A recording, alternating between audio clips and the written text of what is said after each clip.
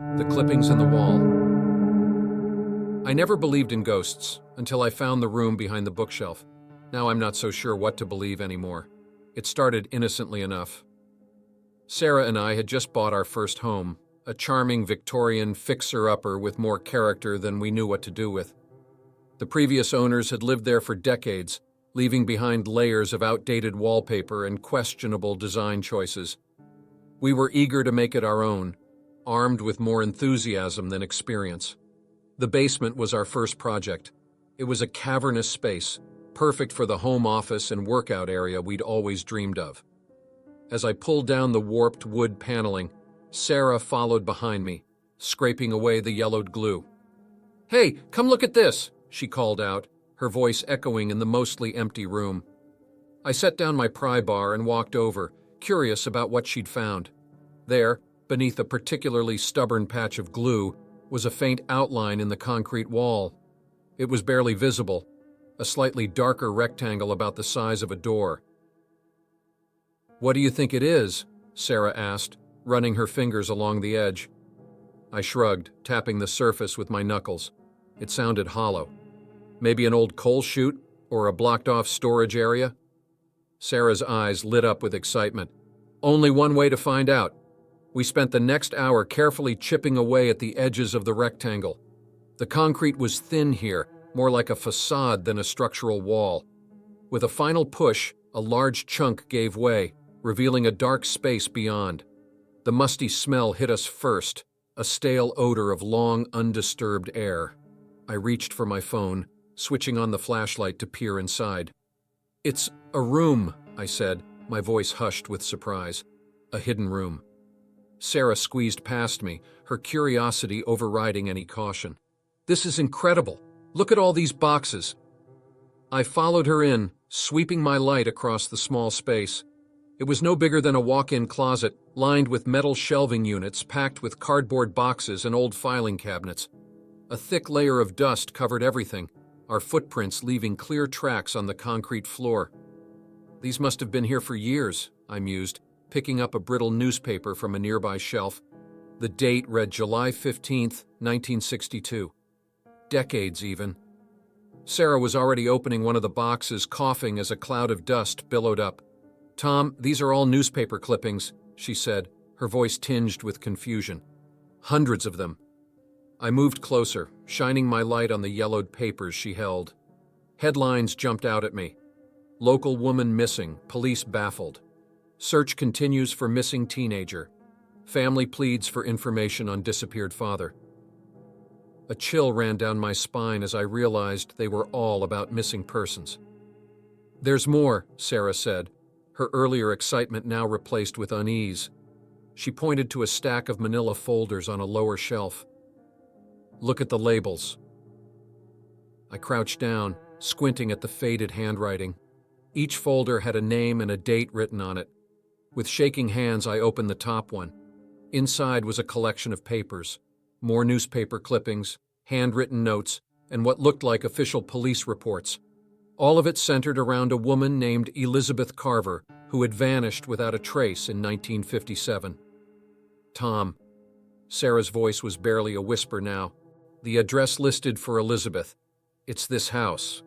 I felt the blood drain from my face as I flipped through folder after folder. Different names, different dates, but always the same address. Our address. "We need to call the police," I said. Standing up so quickly I banged my head on the low ceiling. "This isn't right. None of this is right." Sarah nodded, her face pale in the harsh light of my phone. We backed out of the room, neither of us wanting to turn our backs on it. The next few hours passed in a blur. Police cars with flashing lights lined our quiet street. Officers in latex gloves carefully cataloged and removed every scrap of paper from the hidden room. Detectives asked us the same questions over and over, as if our answers might change if they just phrased things differently. No, we didn't know the room was there. No, we had no idea about the home's history when we bought it. Yes, we'd be happy to answer any more questions they might have. As the last police car pulled away, leaving us with promises to keep us updated, Sarah and I sat on our front porch, too wired to sleep despite the late hour. "What do you think it all means?" Sarah asked, her voice small and uncertain. I wished I had a reassuring answer for her. I don't know, I admitted. But I have a feeling our renovation just got a lot more complicated. In the days that followed, our life became a whirlwind of true crime podcasters, amateur sleuths, and reporters all clamoring for a piece of our story. We learned more about our home's history than we ever wanted to know. The house had passed through several owners since the 1950s, but the longest-standing residents were the Millers. Herbert and June Miller had lived here for nearly 40 years before selling to a flipper who had then sold to us. The Millers, we were told, had been a quiet couple, kept to themselves. No one had suspected a thing. But as the investigation deepened, a chilling pattern emerged. Every few years, like clockwork, someone in the neighborhood would vanish. Sometimes it was a solitary person who lived alone, their absence not immediately noticed. Other times it was a parent or a child, leaving devastated families in their wake. The disappearances had stopped abruptly 5 years ago, right around the time Herbert Miller had died of a heart attack. I couldn't shake the image of that frail old man I'd seen in photographs, wondering how he could have been capable of such monstrous acts.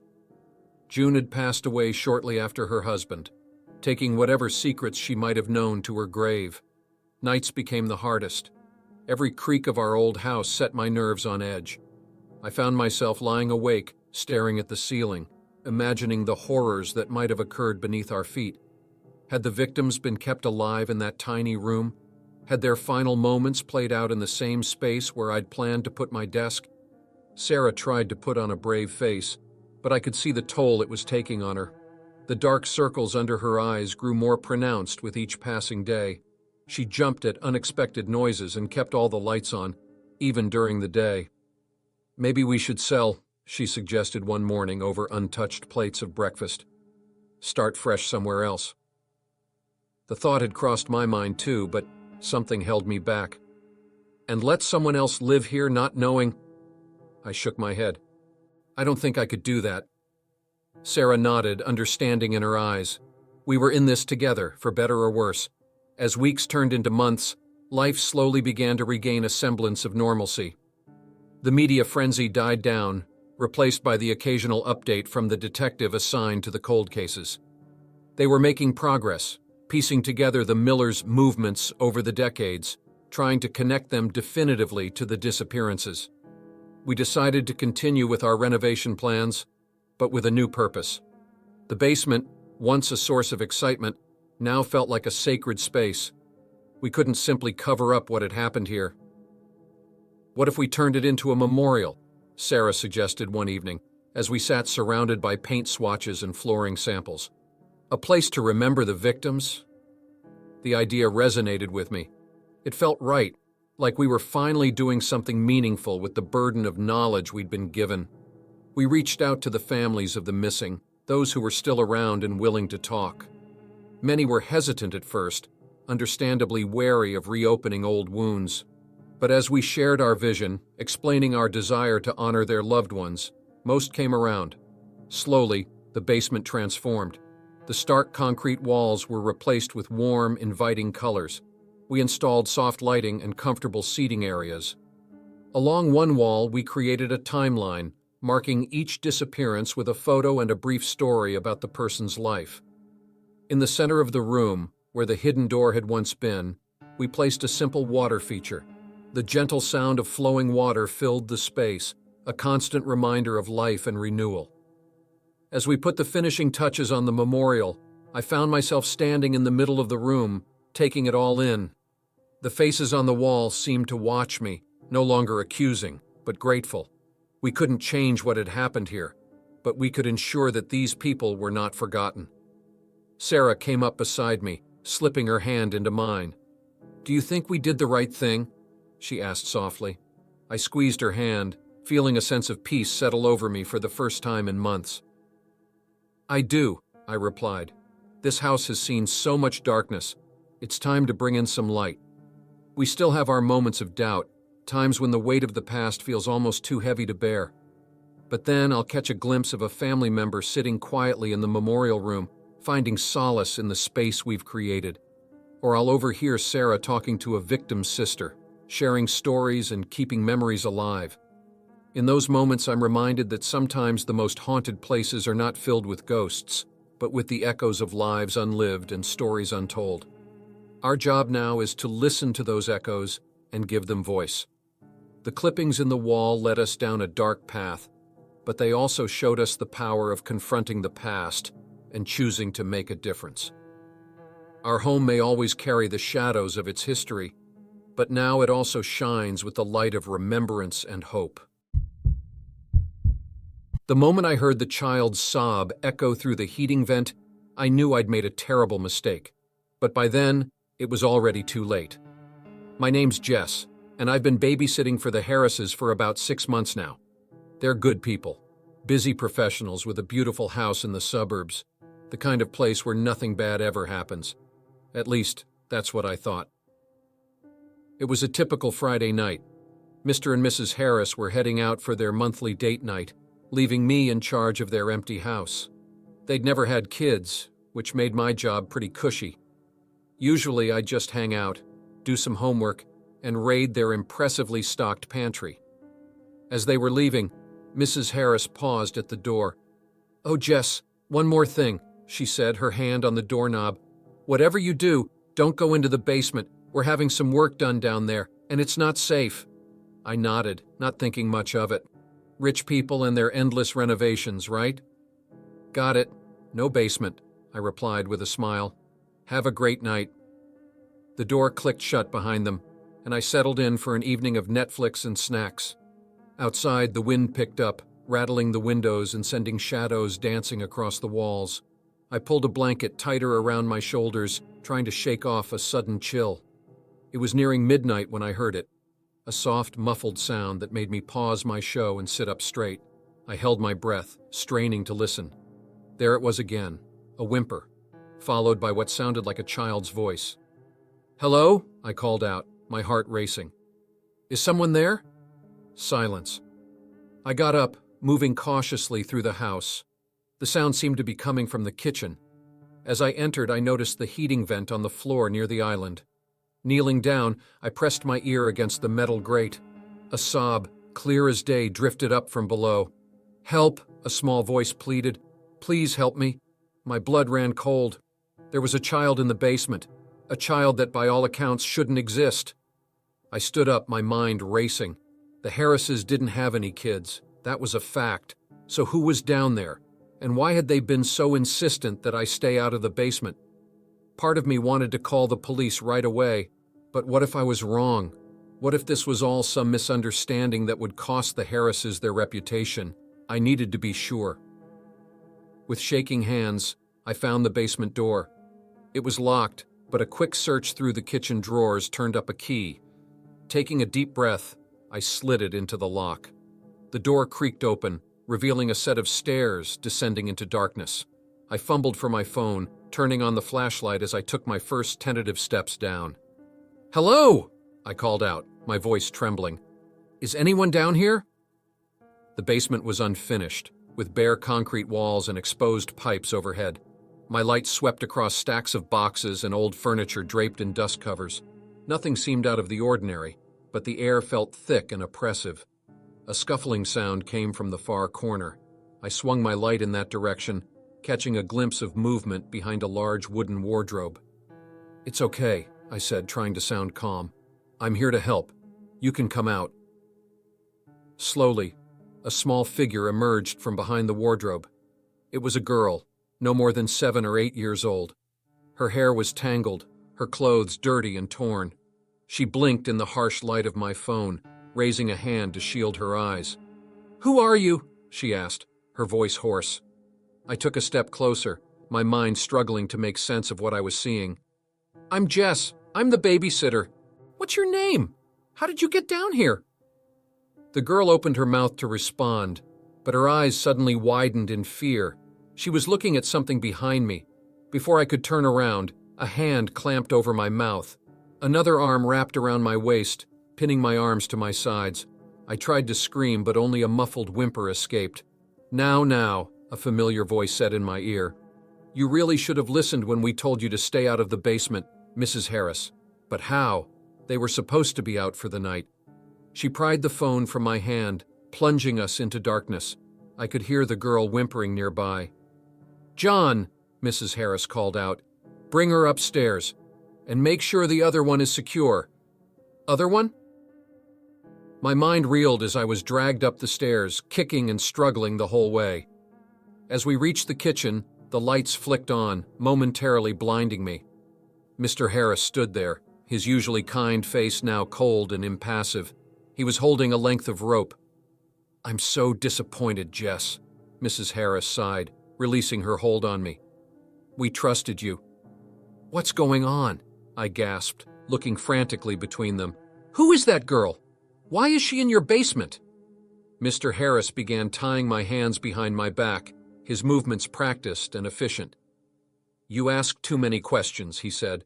"That's always been your problem." I tried to make a break for it, but Mrs. Harris blocked my path. "Don't make this harder than it needs to be," she said, her tone almost motherly. "We don't want to hurt you."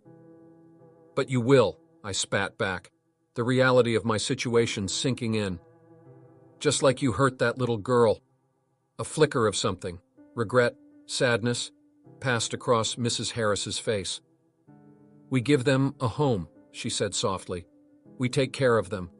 By locking them in your basement," I was shouting now, hoping against hope that someone, anyone, might hear. "You're monsters," Mr. Harris finished with the rope and spun me around to face him. "We're saviors," he corrected. "Those children had nothing before us, no one wanted them. We give them purpose." A chill ran down my spine as the implications of his words sank in. How many children had passed through this basement? How long had this been going on? "Now," Mrs. Harris said, all business again, "we need to decide what to do with you." I swallowed hard, my mouth dry with fear. "People will look for me," I said, trying to keep my voice steady. "My parents, my friends, they know I'm here." Mr. Harris chuckled, the sound devoid of any real humor. "Oh, Jess, don't you think we've thought of that? As far as anyone knows, you left our house at 11 p.m. just like always. Your car is already on its way to a bus station 2 states over." My legs felt weak. They'd planned for this. How many other babysitters had come before me? Had they all made the same fatal mistake of going into the basement? "Please," I begged, hating the desperation in my voice. "Just let me go. I won't tell anyone, I swear."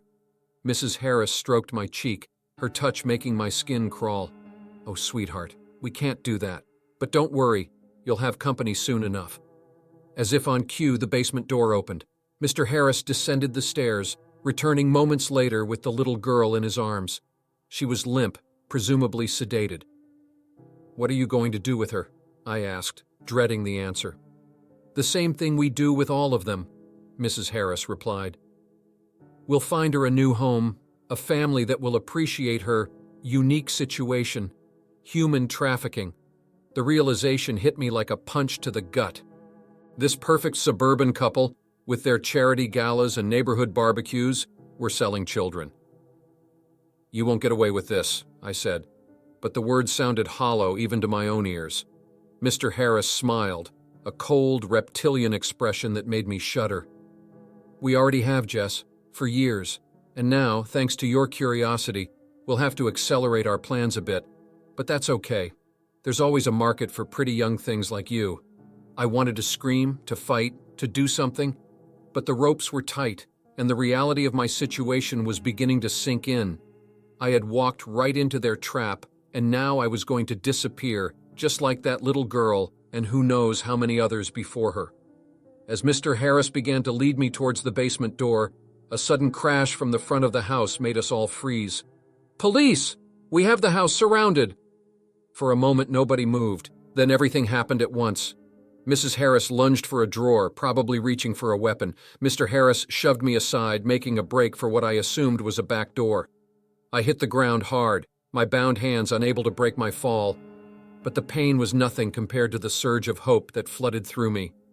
The next few minutes were a blur of shouting, running feet, and the harsh glare of flashlights. I lay on the kitchen floor, tears of relief streaming down my face as a police officer knelt beside me, gently untying my hands. "You're safe now," she said, helping me sit up. "We've been tracking this operation for months. Your call for help led us right to them." My call for help? I hadn't called anyone. Then I remembered my phone. It must have dialed emergency services when Mrs. Harris grabbed it from me in the basement. As I was led outside, wrapped in a shock blanket, I saw Mr. and Mrs. Harris being put into separate police cars. They didn't look like monsters. They looked like what they had always appeared to be, a normal middle-aged couple, the perfect neighbors. I shuddered, realizing how easily their facade had fooled everyone, including me. The little girl from the basement was there too, being tended to by paramedics. Our eyes met for a moment, and I saw a glimmer of hope there that hadn't been present before. She was going to be okay. We both were.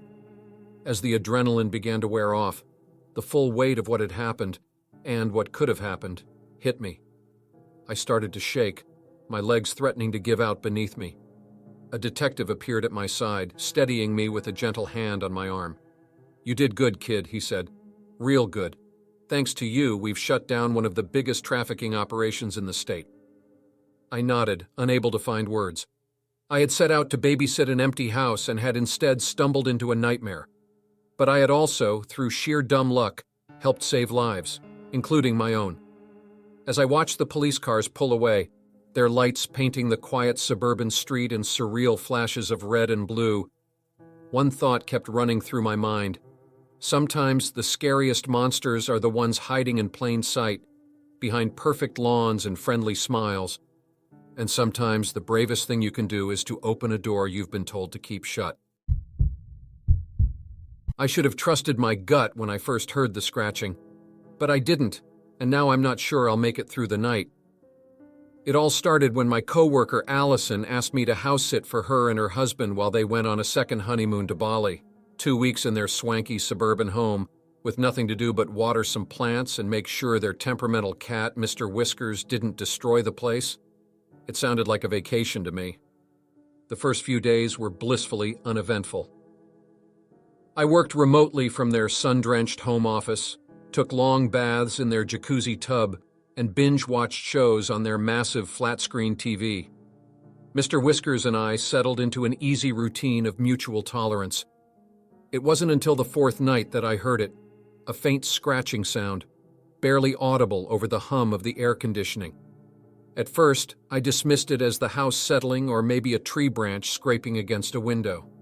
But as I lay in bed staring at the unfamiliar shadows on the ceiling, the sound persisted. Scratch, scratch, scratch. It seemed to be coming from somewhere below me. The basement, maybe? I remembered Allison mentioning something about a mouse problem they'd had last year. That had to be it. Just a mouse, looking for crumbs. I pulled the plush comforter over my head, determined to ignore it and get some sleep. Eventually, the scratching faded into the background, and I drifted off. The next morning I woke to find Mr. Whiskers sitting at the top of the basement stairs, his tail twitching irritably. When I approached, he let out a low growl, his eyes fixed on the closed door. "What's got you so worked up, buddy?" I asked, reaching down to scratch behind his ears. He hissed and swiped at my hand, drawing blood with his claws before darting away. "Geez, what the hell?" I muttered, sucking on the small cut. In the 5 days I'd been here, Mr. Whiskers had never shown any aggression towards me. I made a mental note to text Allison about it later. As I made my coffee, I found myself glancing repeatedly at the basement door. The scratching from last night nagged at me. Maybe I should check it out, just to be sure there wasn't a mouse infestation or something. I approached the door cautiously, half expecting Mr. Whiskers to reappear and take another swipe at me. The house was quiet, save for the gentle gurgle of the coffee maker. I placed my hand on the doorknob, surprised to find it cool to the touch despite the warm summer morning. Taking a deep breath, I turned the knob and pulled the door open. A rush of cold air hit me, carrying with it a musty, earthy smell. The stairs descended into darkness, the light from the kitchen barely penetrating the gloom. I fumbled for the light switch, flicking it on. A single bare bulb flickered to life at the bottom of the stairs, casting long shadows across the concrete floor. "Hello?" I called out, feeling slightly foolish. What was I expecting for a mouse to answer back? Silence greeted me. I took a tentative step down, the old wood creaking under my weight. As I descended, the temperature seemed to drop with each step. By the time I reached the bottom, I was shivering, wishing I'd thought to grab a sweater. The basement was larger than I'd expected, filled with the usual clutter of suburban life. Old furniture draped in dust covers, boxes labeled with years past, holiday decorations waiting for their season. Nothing seemed out of place or disturbed. I walked the perimeter slowly, looking for any signs of rodent activity. No droppings, no chewed wires, no nest materials. Everything was still and undisturbed, covered in a fine layer of dust. As I completed my circuit, a flicker of movement caught my eye. I spun around, heart racing, but saw nothing, just shadows playing tricks on me in the dim light. That's when I heard it again. The scratching. Louder now, more insistent. It seemed to be coming from behind a tall storage shelf pushed against the far wall. I approached slowly, straining my ears. Yes, definitely coming from there, but it didn't sound like a mouse. It was too forceful, too deliberate. With trembling hands, I began to pull boxes off the shelf, trying to see behind it. As I moved the last box, the scratching suddenly stopped. For a long moment, I stood there, frozen, listening intently. The silence was oppressive, broken only by my ragged breathing. Then, without warning, a hand shot out from behind the shelf, pale and dirt-streaked, grasping at empty air. I screamed, stumbling backward and tripping over a box.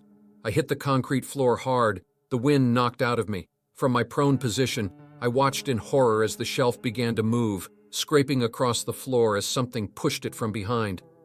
Panic gave me strength and I scrambled to my feet, racing for the stairs. I took them two at a time, my heart pounding in my ears. As I reached the top, I risked a glance back. A figure was emerging from behind the shelf. Humanoid, but wrong somehow. Too tall, too thin, its movements jerky and unnatural. In the dim light, I couldn't make out its features, but I saw its head turn towards me, and I swear I heard it speak. Finally, it rasped, its voice like gravel. Someone opened the door.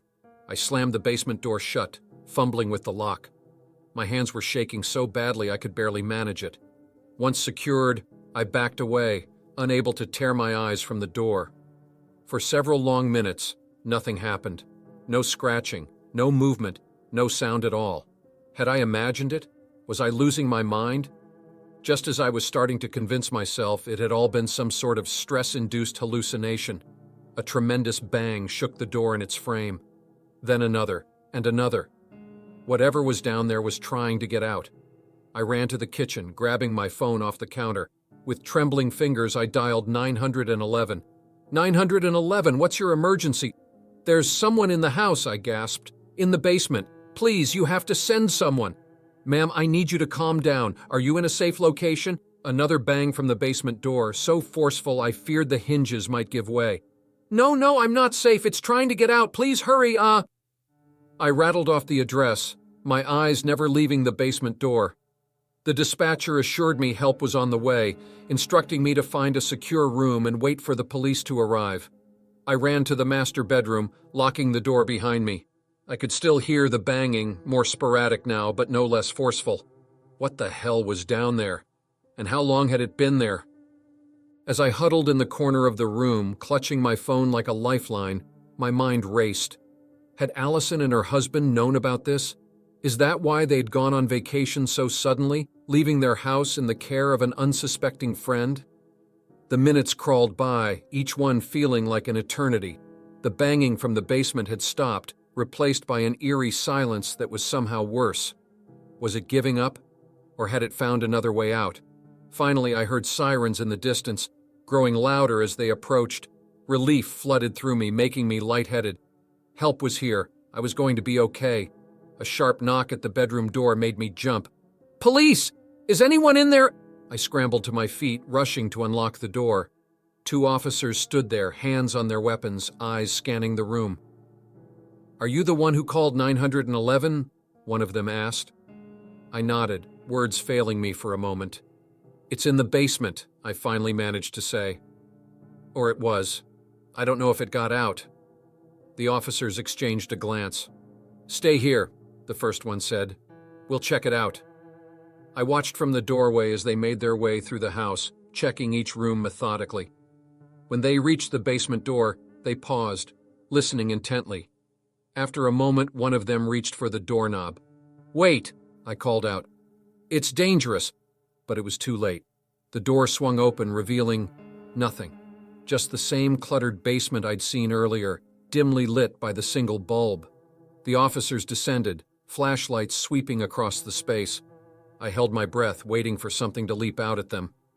But nothing happened. After what felt like an eternity, they came back up. "Ma'am, there's nothing down there," the second officer said, his tone a mixture of confusion and skepticism. "No signs of any disturbance or break-in." I stared at them in disbelief. "But I saw it," I insisted.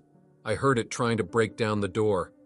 They looked at me with pity in their eyes, clearly thinking I was either drunk or crazy. Maybe I was. Maybe I had imagined the whole thing. But as they led me out to the living room to take my statement, I caught a glimpse of something that made my blood run cold.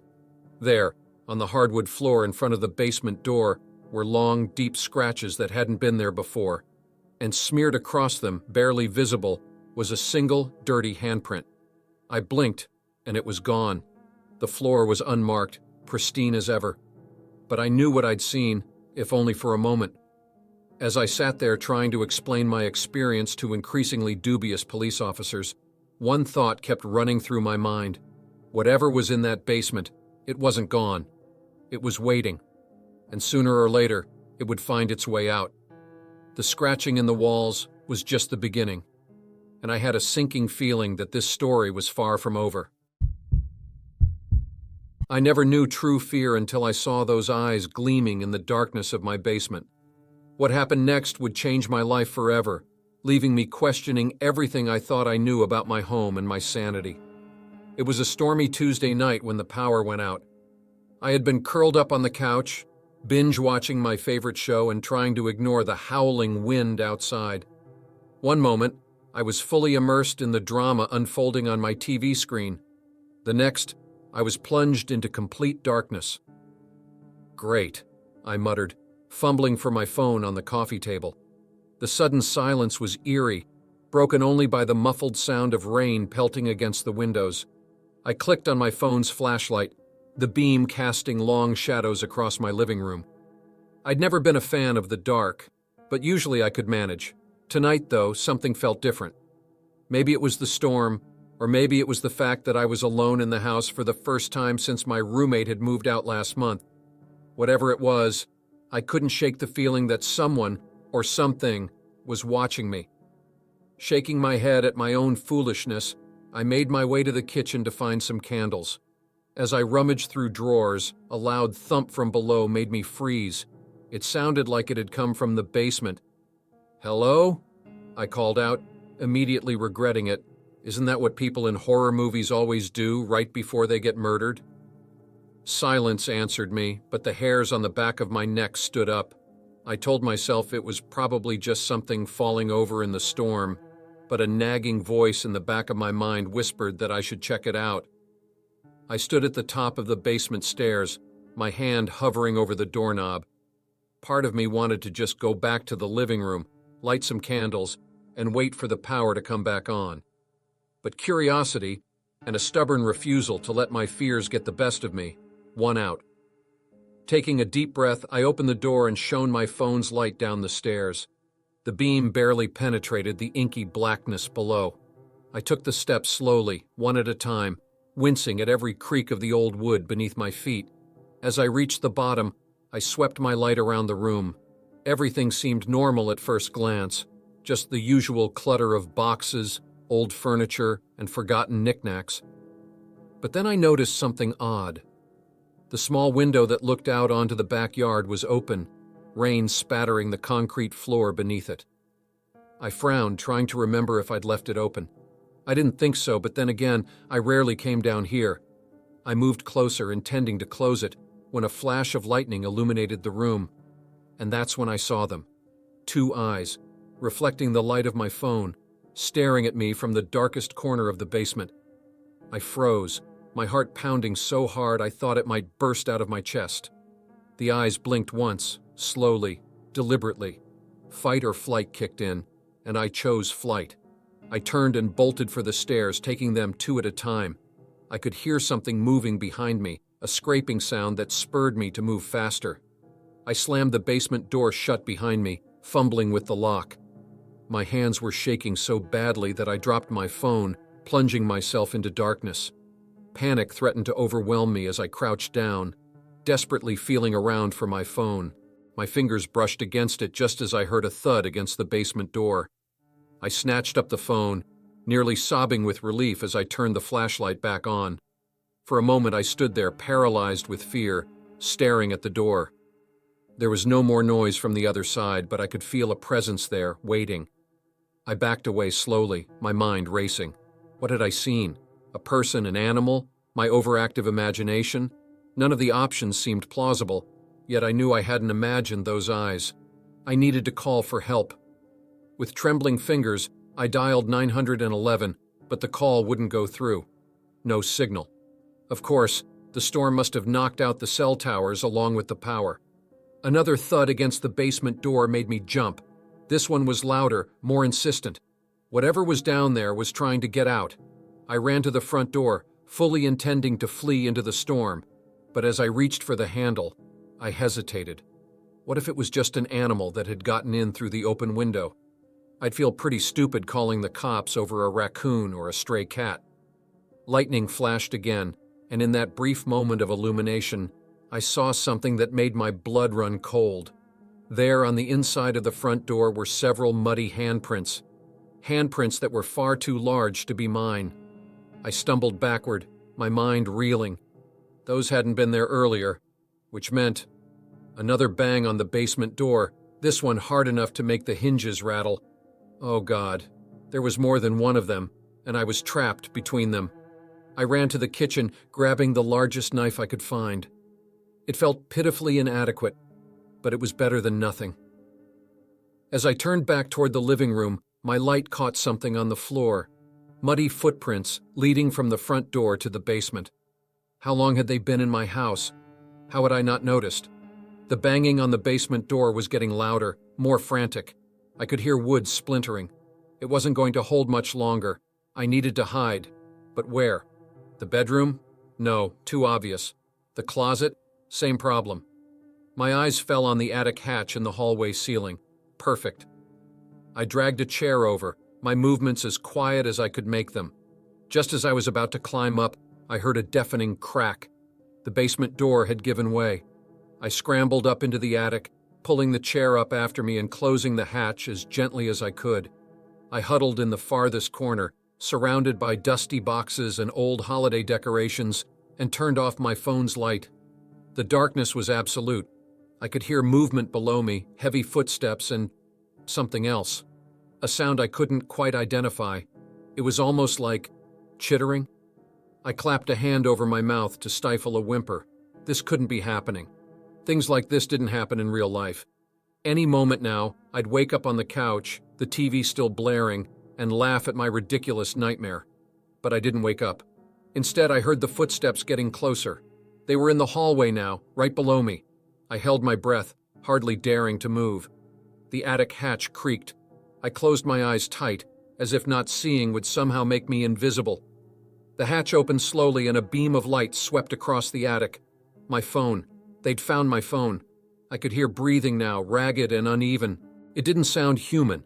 I clutched the knife tighter, knowing it would do little good if I was discovered. The light came closer, illuminating the boxes around me. Any second now, it would find me. I tensed, preparing for I didn't know what. Suddenly, a loud crash came from downstairs, followed by an inhuman shriek. The light jerked away, and I heard rapid footsteps retreating. The attic hatch slammed shut. For a long time, I didn't move. I strained my ears, trying to hear what was happening below. There were more crashes, more of that strange chittering sound, and then silence. I don't know how long I stayed up there, huddled in the dark, too terrified to move. It might have been hours. Eventually, I became aware of a new sound, sirens growing louder as they approached. Cautiously, I made my way to the attic hatch and pushed it open. Pale morning light was streaming through the windows. The storm had passed. I climbed down shakily, my muscles stiff from being in one position for so long. The house was a mess. Furniture overturned, pictures knocked off walls, and everywhere those muddy handprints and footprints. I opened the front door just as a police car pulled up. The officer looked at me with concern, taking in my disheveled appearance and the knife still clutched in my hand. "Ma'am? Are you all right? We got a call about a disturbance." I opened my mouth to explain, but where would I even begin? How could I describe what had happened when I didn't understand it myself? As the officer gently took the knife from my hand and led me to the squad car, I looked back at my house. There, in the basement window, I caught a glimpse of movement. Just for a second, I saw those eyes again, gleaming in the shadows. Then they were gone, leaving me to wonder if they had ever really been there at all. The police found no evidence of intruders, no explanation for the mess or the handprints. They chalked it up to the storm and my overactive imagination. But I know what I saw, what I heard. I never spent another night in that house. I couldn't. The memory of those eyes in the dark and the knowledge that something inhuman had been living right beneath my feet was too much to bear. Sometimes, on stormy nights when the power flickers, I find myself looking over my shoulder, half expecting to see those eyes watching me from the shadows. And I wonder, not for the first time, what would have happened if I hadn't gone down to the basement that night, if I had just stayed upstairs, blissfully unaware of the horrors lurking below. But then I remember the muddy handprints on the inside of my front door, and I realize the truth that still haunts me to this day. They were already in the house. They had always been in the house, and sooner or later, they would have found me.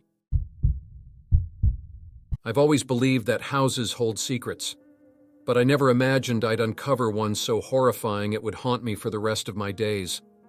It all started with a simple home repair job, and ended with the revelation of a monster hiding behind the facade of suburban normality.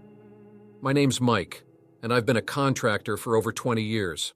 I've seen my fair share of weird stuff hidden in walls, everything from vintage love letters to forgotten cash stashes. But nothing could have prepared me for what I found in the Brennan house. It was a crisp autumn morning when I pulled up to the address.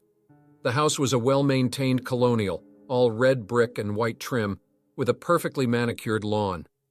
Mrs. Brennan, a petite woman in her 60s with carefully coiffed silver hair, greeted me at the door with a warm smile. "Thank you so much for coming on such short notice, Mr. Reynolds," she said, ushering me inside. "We've had this dreadful leak in the basement, and with the holidays coming up." I assured her it was no problem as she led me downstairs. The basement was finished, all plush carpeting and tasteful decor. But sure enough, there was an ugly water stain spreading across one wall, the drywall already starting to bubble and peel. "Looks like you've got a crack in your foundation," I said, running my hand along the damp surface. "We'll need to open up this wall to assess the damage and seal it properly." Mrs. Brennan wrung her hands, looking distressed. "Oh dear.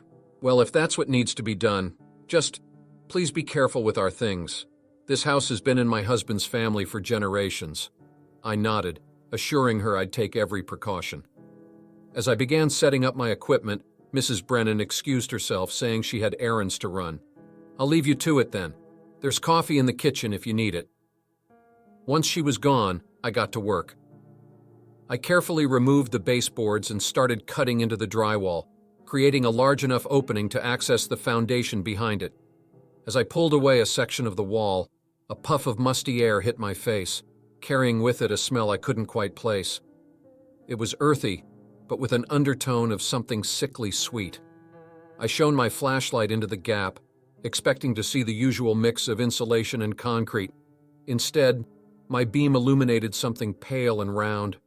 At first, I thought it might be an old tennis ball or something similar that had somehow gotten lodged in the wall during construction.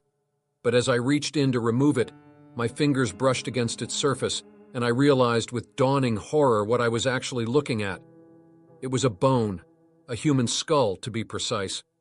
I jerked my hand back as if I'd been burned, my heart pounding in my chest. This had to be a mistake. Maybe it was a Halloween decoration that had fallen behind the wall. But even as I tried to rationalize it, I knew deep down that this was no prop. With shaking hands, I widened the opening in the wall. More bones came into view, a rib cage, a femur, smaller bones that I couldn't identify. They were partially embedded in the concrete of the foundation, as if they'd been mixed in when it was poured. My mind raced, trying to make sense of what I was seeing. This house was old, sure, but not ancient. These bones couldn't have been here since it was built, which meant the sound of a car pulling into the driveway snapped me out of my shocked daze. Mrs. Brennan was back. I had to call the police. But first, I needed proof.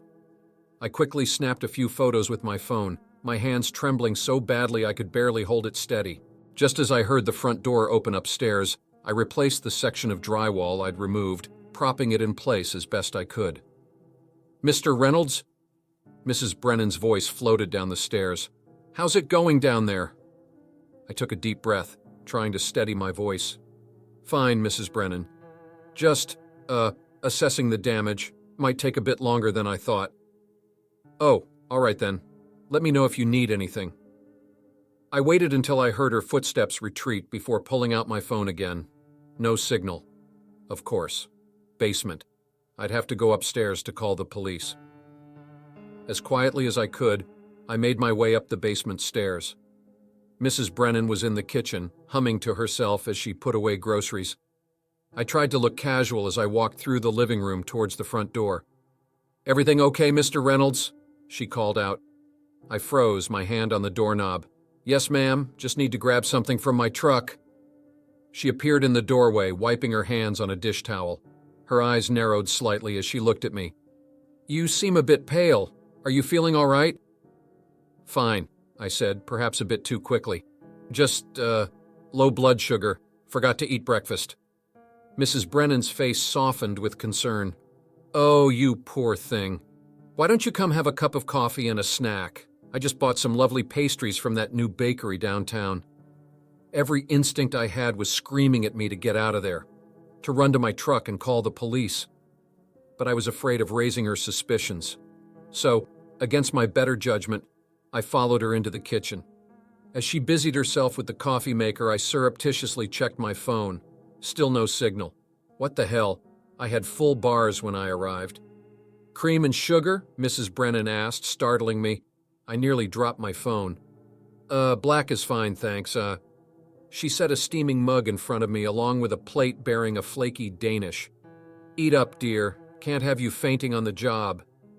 I took a small sip of the coffee, more to be polite than anything else. My stomach was in knots, and the sweet pastry held no appeal. As I set the mug down, I noticed Mrs. Brennan watching me intently. "So?" she said, her tone casual. "What exactly did you find down there?" I swallowed hard, my mouth suddenly dry. "Just a minor crack in the foundation. Nothing to worry about. I can have it patched up in no time." Mrs. Brennan hummed thoughtfully, taking a sip of her own coffee. "You know, Mr. Reynolds, my late husband always said you could tell a lot about a person by how they handle unexpected discoveries." My blood ran cold. Did she know? How could she know? "I'm not sure I follow, Mrs. Brennan." She smiled, but it didn't reach her eyes. "Oh, I think you do. You see, this house has been in the family for a very long time, and sometimes families have secrets that need to stay buried." I stood up abruptly, my chair scraping loudly against the tile floor. I should really get back to work. As I turned to leave, a wave of dizziness hit me. The room began to spin, and I had to grab the counter to keep from falling. What was happening? "Oh dear," Mrs. Brennan's voice seemed to come from very far away. "Are you feeling all right, Mr. Reynolds? Perhaps you should sit down." I tried to speak, but my tongue felt thick and uncooperative. The last thing I saw before everything went dark was Mrs. Brennan's face, her kindly grandmother facade melting away to reveal something cold and calculating beneath. When I came to, I was back in the basement. I was slumped against the wall, my head pounding and my vision blurry. As I tried to move, I realized with growing panic that my hands were tied behind my back. "Ah, you're awake!" Mrs. Brennan's voice made me flinch. She was standing by the open wall, gazing at the bones I'd uncovered. "I do apologize for the deception, but I couldn't have you running off to the police, now could I?" I struggled against my bonds, but they were tied too tightly. Why? I managed to croak out. How many? She turned to me, her expression almost pitying. Oh, you'd be surprised. People can be so careless, you know, always poking their noses where they don't belong. She sighed, shaking her head. My Herbert, God rest his soul. He understood the importance of family legacy, of keeping our secrets safe. As she spoke, she picked up my discarded tools, examining them with a critical eye. It's a shame, really. You do good work, but I'm afraid we can't have any loose ends. The reality of my situation hit me like a bucket of ice water. This sweet-looking old lady was a killer, and I was about to become her next victim. Please, I begged, my voice hoarse with fear. I won't tell anyone, I swear. Mrs. Brennan smiled sadly. Oh, I'm sure you believe that now, but eventually the guilt would eat at you. You'd convince yourself that coming forward was the right thing to do. She selected a heavy wrench from my toolbox, weighing it in her hand. No, it's better this way, for everyone. As she advanced towards me, wrench raised, I closed my eyes. I thought of my wife, my kids.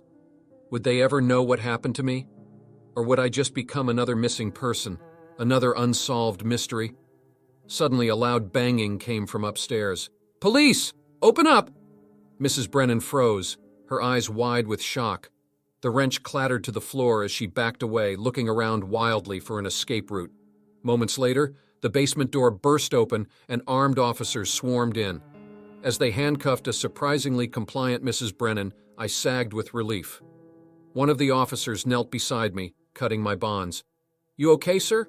We got an anonymous tip about a disturbance at this address. I nodded weakly, too overwhelmed to speak. As they led me upstairs, I caught a final glimpse of Mrs. Brennan. The mask of the kindly grandmother was back in place as she smiled serenely at the officers escorting her. It's all just a misunderstanding, I heard her say. I'm sure we can clear this up in no time. A shiver ran down my spine. How many times had she said those exact words to unsuspecting victims? In the days that followed, as the full extent of the Brennans' crimes came to light, I couldn't stop thinking about how close I'd come to becoming part of that grisly collection in the basement wall, about how many others hadn't been as lucky as me. They say you never really know your neighbors. After what I experienced in that house, I'm not sure I want to. Some secrets, it turns out, are better left buried.